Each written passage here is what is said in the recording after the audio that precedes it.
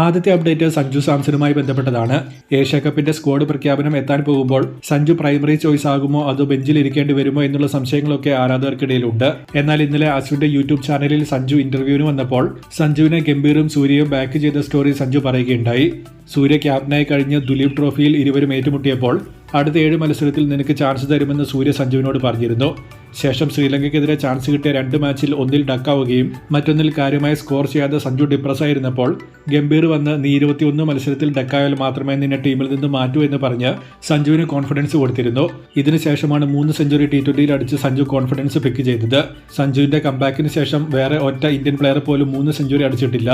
ഗംഭീറും സൂര്യയും സഞ്ജുവിന് കൊടുത്ത ബാക്കിംഗ് ആണ് ഇതിന്റെ മെയിൻ റീസൺ. സോ ഇത്രയും ബാക്കിംഗ് കോച്ചും ക്യാപ്റ്റനും കൊടുക്കുമ്പോൾ വേറെ പൊളിറ്റിക്സ് ഒന്നും വന്നിട്ടില്ല എങ്കിൽ സഞ്ജു തന്നെയായിരിക്കും ഏഷ്യ കപ്പിലും ഇന്ത്യയുടെ ഓപ്പണർ. അടുത്ത അപ്ഡേറ്റുകൾ IPLുമായി ബന്ധപ്പെട്ടതാണ്.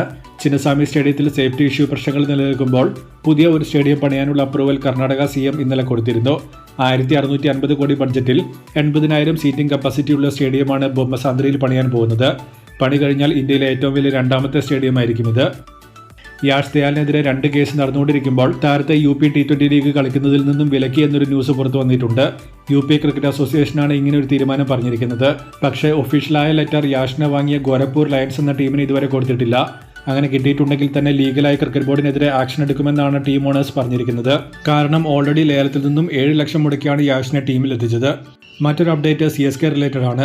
ധോണിയും ഋതുരാജ് ഗായക്വാഡും ഇപ്പോൾ ചെന്നൈയിലുള്ളപ്പോൾ 2 പ്ലേയേഴ്സിനെ ട്രയൽസിന് വേണ്ടി അവർ വിളിച്ചിരുന്നു എന്ന ന്യൂസ് കണ്ടിരുന്നു.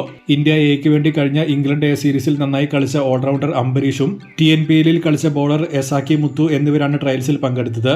ഇതിൽ അംബരീഷ് യൂത്ത് ഏകദിനത്തിൽ 1 സെഞ്ചുറിയും 50യും 8 വിക്കറ്റും യൂത്ത് ടെസ്റ്റിൽ 2 50യും 6 വിക്കറ്റും എടുത്തിരുന്നു. എക്സ്പീരിയൻസ് ആയ പ്ലേയേഴ്സിനെ നോക്കുന്ന CSKയുടെ ടെംപ്ലേറ്റ് മൊത്തത്തിൽ മാറ്റിയതുപോലെയാണ് തോന്നുന്നത്. അംബരീഷിന് 18 വയസ്സ് മാത്രമേ ഉള്ളൂ.